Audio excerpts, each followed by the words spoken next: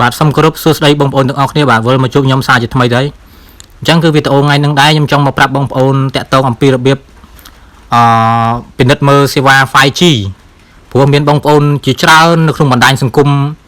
TikTok Facebook គាត់ឆ្ងល់ថាហេតុអីបានទូរស័ព្ទគាត់មាន 5G ហើយតែមិនលោត 5G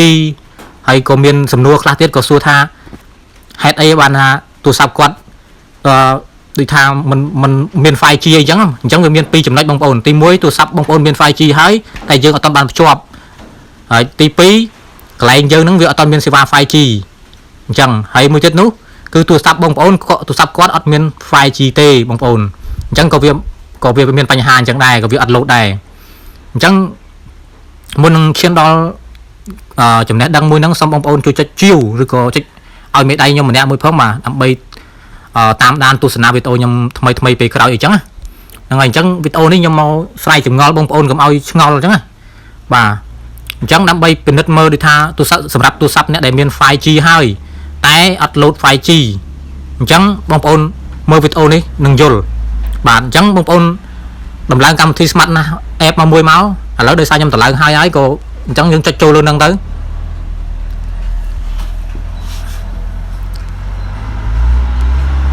អញ្ចឹងបើមានសម្លេងរំខានអីសូមអធិស្ឋានផងបងប្អូនព្រោះដោយសារខ្ញុំនៅជនបទអញ្ចឹងវាយ៉ាងអញ៉ៃលេងសលេងឡានសលេងម៉ូតូអញ្ចឹង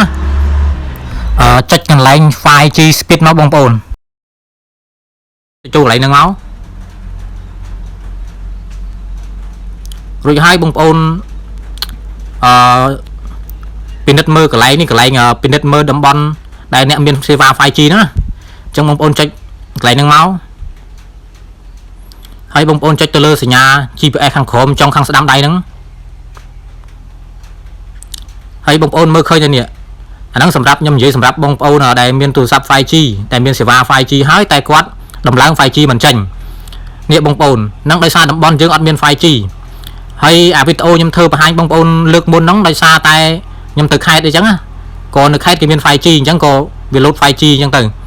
តែគឺវីដេអូនេះខ្ញុំធ្វើនៅផ្ទះខ្ញុំនៅជនបទគឺវាអត់មាន 5G ទេដោយសារគេអត់ទាន់មកដំឡើងអីចឹងបងប្អូនបាទអញ្ចឹងគឺវាមិនអាចដំឡើង 5G រួចទេអញ្ចឹងអាហ្នឹងខ្ញុំមកស្រ័យចម្ងល់បងប្អូនសម្រាប់តែដែលអ្នកមានទូរស័ព្ទ 5G ហើយតែអ្នកមួយទៀតនោះគាត់ចង់បាន 5G តែដោយសារទូរស័ព្ទគាត់អត់មាន 5G ទេអញ្ចឹងក៏អាចនឹងមានបញ្ហាអញ្ចឹងដែរបងប្អូនបាទទោះយើងតម្លើងយ៉ាងណាក៏មិនតម្លើងយ៉ាងម៉េចក៏វាមិនចេញដែរដោយសារទូរស័ព្ទយើងអត់មាន 5G អញ្ចឹងគឺវីដេអូហ្នឹងមានតែប៉ុណ្្នឹងទេបងប្អូនបាទហើយអញ្ចឹងសូមបងប្អូនកុំភ្លេចចុចជាវខ្ញុំម្នាក់មួយផងបាទដើម្បីទទួលបានវីដេអូថ្មីពេលក្រោយអីចឹងអញ្ចឹងវីដេអូហ្នឹងមានតែប៉ុណ្្នឹងទេអរគុណច្រើនជំរាបលាបាយបាយ